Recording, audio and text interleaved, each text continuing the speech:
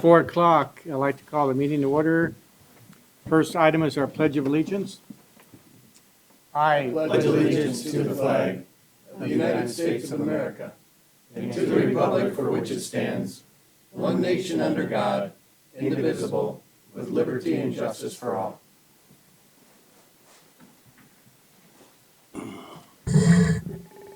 Mr. Vice Chair, could you read our mission statement? The mission of the Marshall Public School District is to educate, support, and prepare all learners for success. Thank you. Mr. Williams. All right, I just want to introduce the board to a couple new staff members tonight. Paula and Corey, if you want to just stand up and maybe come up front here so the camera will pick you up too. Put you on the spot in your first day. So Paula Wolter Matson is the new principal here at Marshall Middle School, and Corey Bowe is the new assistant principal at middle school. So officially, they're both in the office starting today, and they were in, and I said, hey, it's a perfect board meeting for you to stop by and say hello. Yeah, welcome. Welcome. Glad to have you. We're excited to have both of you. Thank you. Now, either of you want to sing happy birthday to Matt? No, don't need that. Thank you. I don't want to sing though. We just wanted a chance for you to get to see them and say hello, so thank you for stopping in. Thank you. Thank you. And like we tell our kids, there's no such thing as a dumb question. Oh, I asked a lot of questions. That's awesome. Yeah, we were really excited to have them both. They're doing a great job. All right. Thanks. Thank Good to have you Yeah, here. Thanks you. for coming. Approval of the agenda. Motion to approve. Second. Any additions? Hearing none, please vote.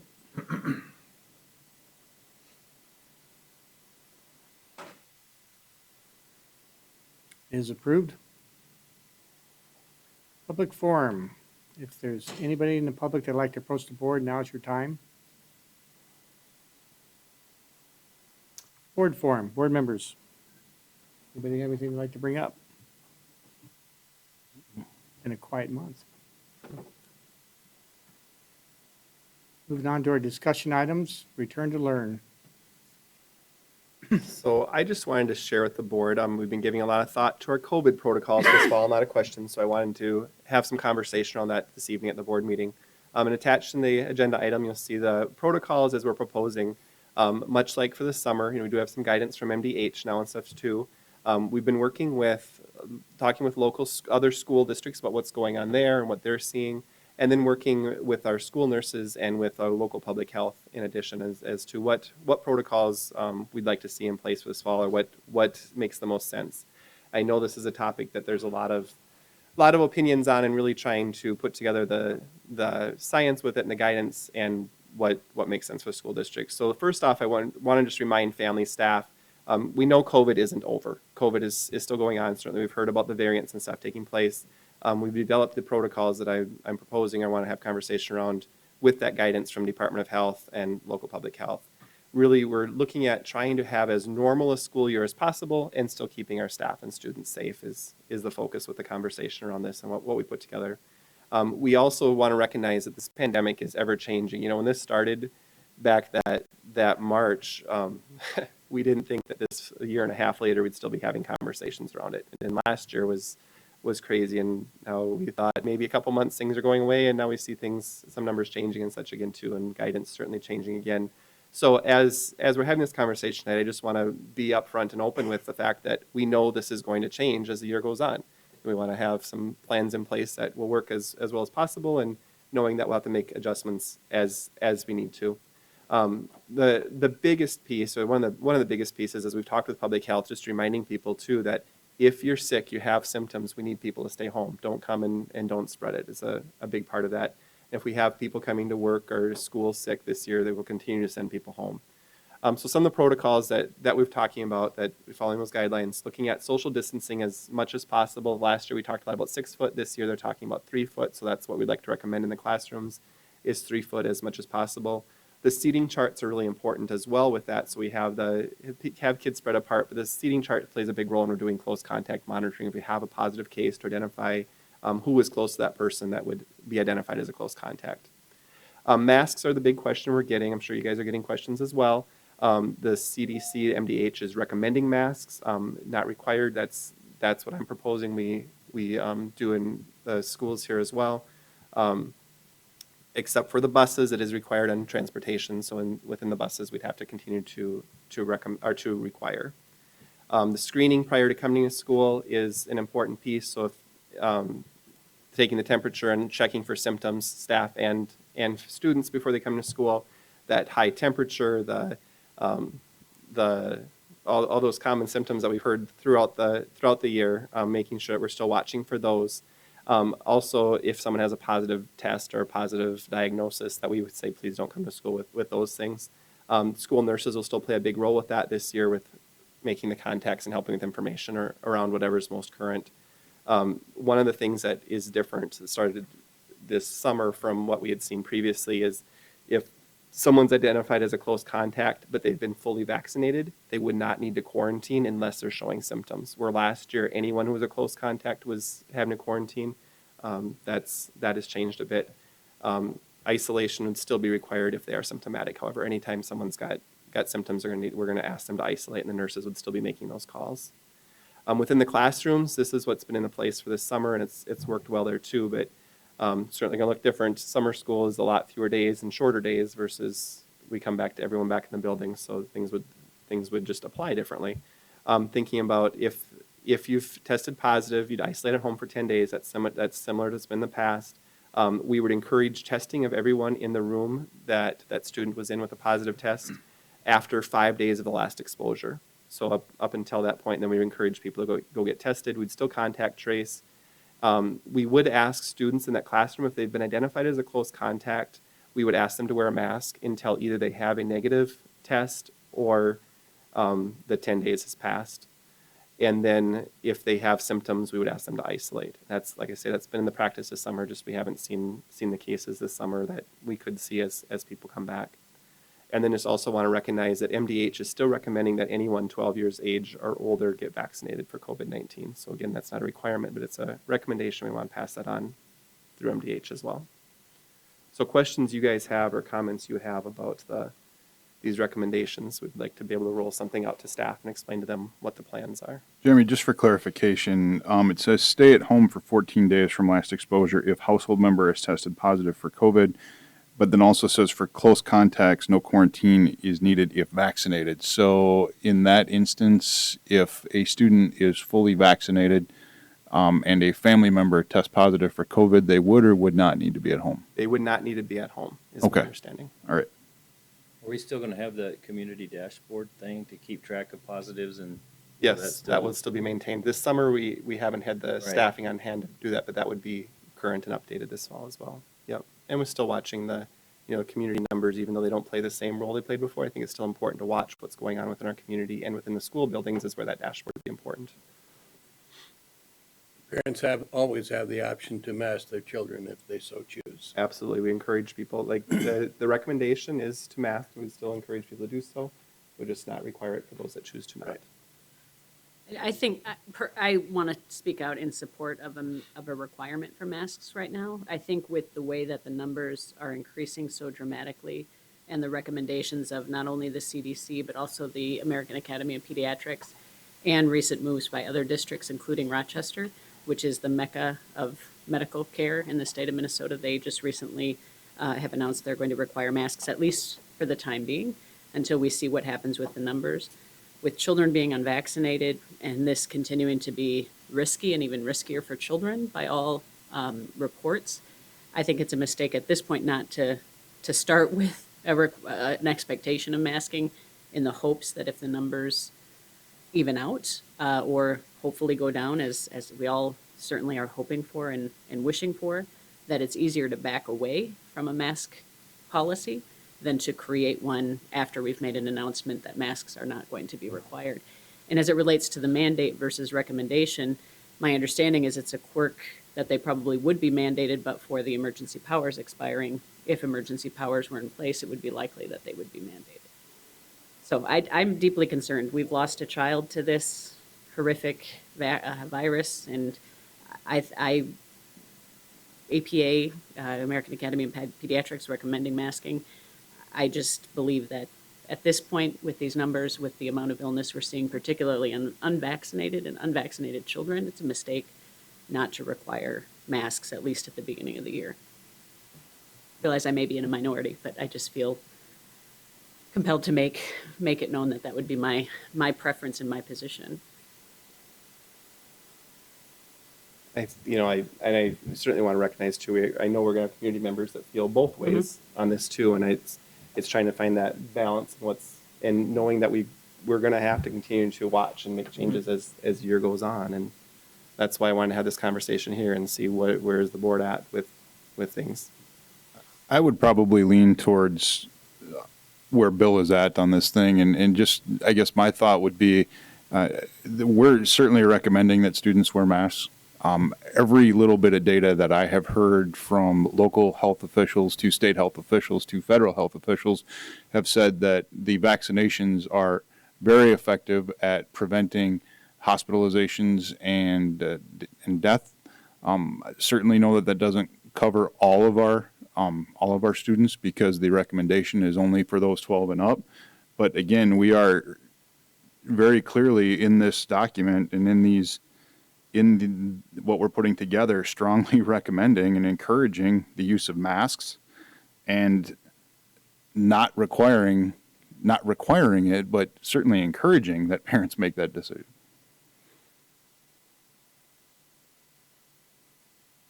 I think it's a moving document. If it starts getting to be heavy, we might have to change and require that in the future. Watch the data. Mhm. You know, you're speaking of data and the Academy of Pediatricians. Statistically, it's very minimal in terms of deaths in little children and young children, statistically. And I just want to speak as a grandfather. I have a granddaughter who's a sophomore, who's asthmatic. Her mother is not choosing to have her vaccinated at this point in time. She's waiting to see how the vaccinations are working with other children in the teenage group, because not many of our teenagers have been vaccinated, at least within her friendship group. And I'm just speaking of that. And my granddaughter having asthma is more at risk, but her mother is choosing not to at this point in time.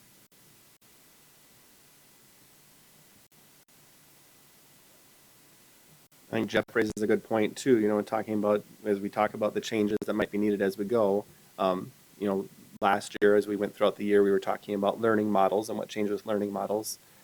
This year, the learning model we're talking about is face-to-face. I didn't mention that going through here. So as we're looking at face-to-face instruction, I think the changes are going to be with some of these other protocols and safety mitigation measures going in there. So like we did last year, I'd like the board support to continue with the admin having the authority to make that decision without waiting for a board meeting. So I'm not necessarily asking for the board to have the final authority on that other than support with it and the conversation around it, but for administration to be able to make changes as we go, because sometimes this changes pretty quickly. You reviewed the data weekly last year, didn't you? Yes, and that would continue. And that you'll continue to do so. My only concern with the requiring aspect of it is we may lose kids to neighboring districts, because we're pretty sure that our smaller neighboring districts are not going to require them, or to our parochial schools. So. Yeah, I'm supportive of the document you put together here. I mean, we provide the data, we let families make their choice, and we share what the recommendations are, and people make their own decisions. But as Jeremy said, if the data changes, we might have to make a different decision. Well, and I totally understand. I mean, That's why you asked the question about the dashboard, sharing that information, so people know what the situations are in the schools, in the particular buildings. Right. Absolutely. Yep, that will all be updated and shared on our homepage again when school starts this fall. Good deal. Thank you. Thank you. We need to take action on this, Mr. Chairman. No. Just discussion. Next discussion item is the Southview Elementary update. Mr. Karen. So just wanted to update everybody. This time is clicking along. We have passed all of our inspections, including the plumbing one today. Electrical, our chillers are up and running, and we've received the temp occupancy for staff to come in. We have asked staff not to come in until next Monday, just so they can finish out some things over there. We've got lockers that should be installed by the end of the week. MCT will start going down now that the chillers are on. Just wanted to make sure the humidity was down. They have to pass some certain tests. Not sure if you've seen the sign is up. So there's a lot of fun things happening, and still a lot of fun things happening. But anyway, they're going along. We're still having our two meetings a week, and going through a spreadsheet that's a shared spreadsheet of everything with the completion dates and getting a lot more things completed. So it feels good. We'll go for our final occupancy on the 16th. Plenty of time before the open house in case there's some minor things we have to adjust. But we talked to the inspector today, and he didn't think that was a problem. So it's good news. That's exciting. Thanks for all your work with this, Deanne. Just want to share too, as when we're talking about Southview, that the open house is planned for August 20th again, during Sounds of Summer celebration, starting at noon. We'll have the ceremony with the ribbon cutting and such, and then we'll have tours immediately following that. We'll have Frankie's Hot Dogs on site.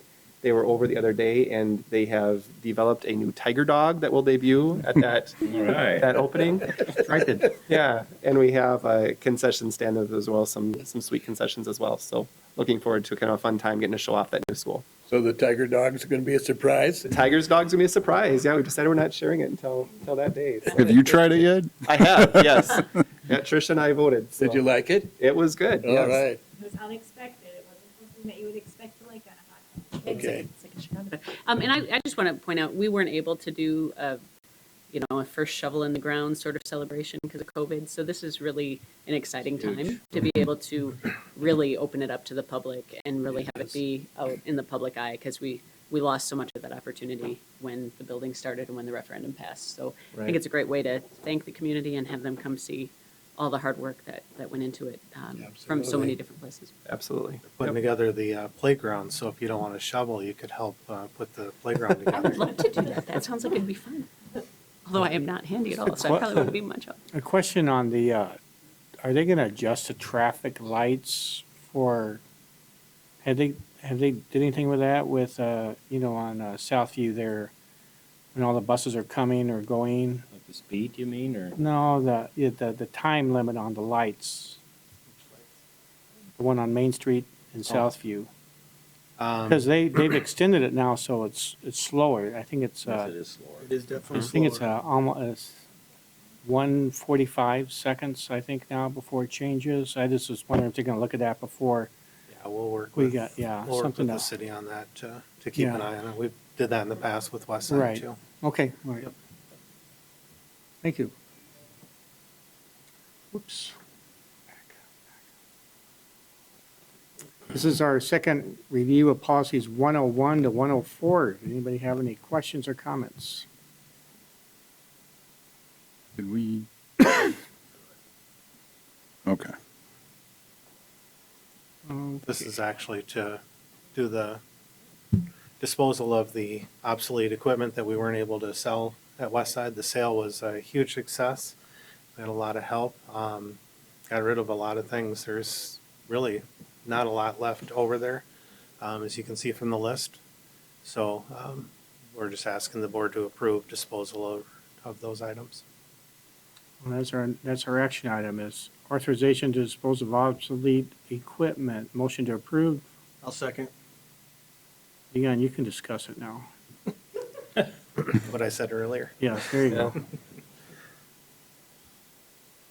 Okay, we can vote.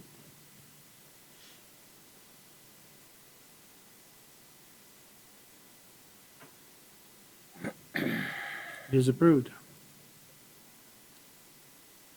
Okay, our next action item is to move to closed session pursuant to Minnesota statute, section 13D.05 subdivision 3B, to engage in discussions with the board's legal counsel due to a litigation. Motion to close the meeting. I'll second. Any discussion? Hearing none, please vote.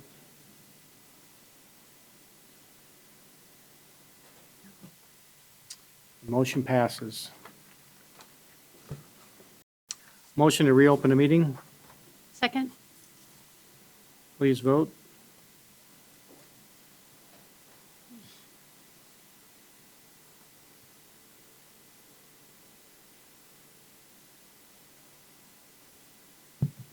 Our meeting is now open.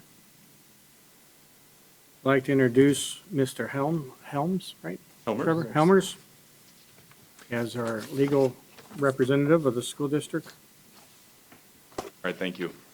I'm appearing before the board this afternoon to seek your approval for a settlement agreement to fully dismiss the lawsuit in the case of Marshall Concerned Citizens versus ISD 413 et al. As a reminder to the board, this case was filed against the district in the spring and alleges that the district violated the First Amendment and other laws related to the flag display at the middle school.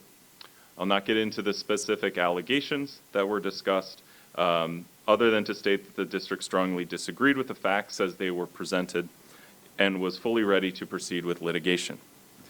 In an effort to avoid protracted litigation, I conferred with the attorneys for the plaintiffs and ultimately was able to reach a mutual agreement to dismiss the lawsuit. This agreement has been signed by the plaintiffs and is before you for approval tonight. It's important to point out a couple of things. The district is not paying any damages or costs in exchange for this dismissal and is not admitting to any wrongdoing or liability, and is in turn receiving a full dismissal of the claims with prejudice, as well as full releases of claims from the people who were involved. The district did nothing wrong in this case and has at all times complied with applicable laws. As an inducement for the plaintiff to sign the agreement, the district would agree to 2 slight modifications of one of its policies and the follow-through with its planned removal of the flag display at the middle school. I would stand for questions of the board, but at this time I would ask for a motion to approve the settlement agreement and the public statement to go with it. Motion to approve. I'll second. You want to read that now? Vote on it first. Oh, okay. Any other discussion? Hearing none, please vote.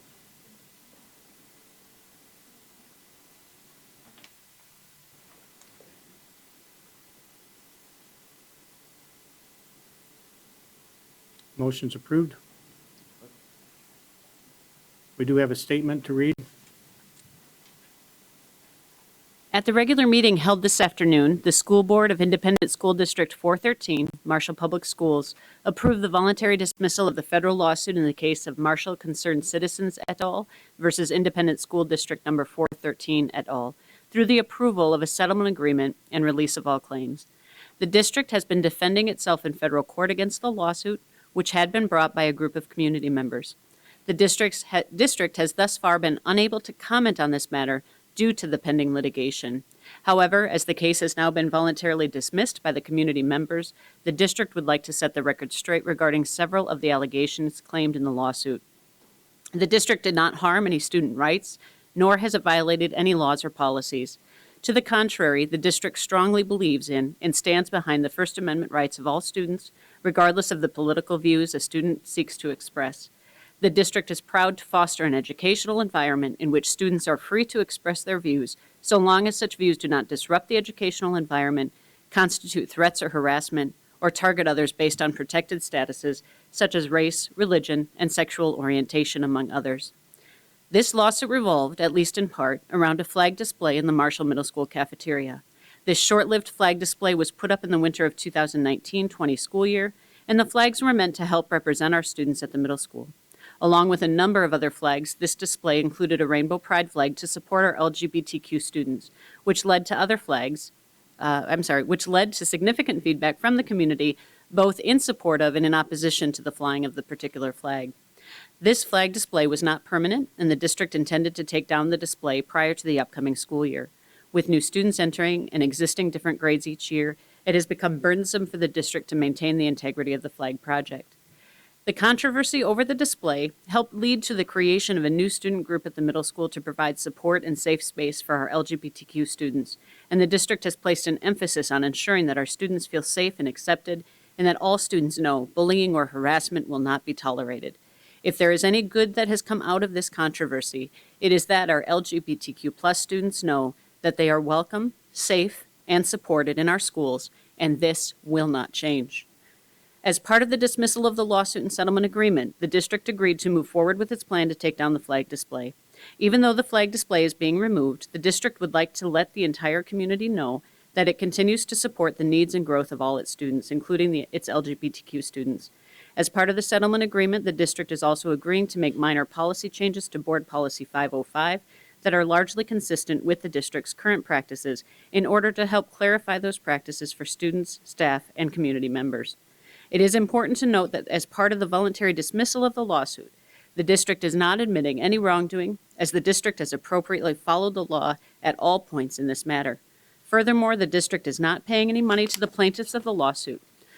While the district remained ready to continue its defense in this litigation and believes it ultimately would have been successful, the approval of this agreement is largely based on the district's desire to avoid the burden and expense of protracted litigation.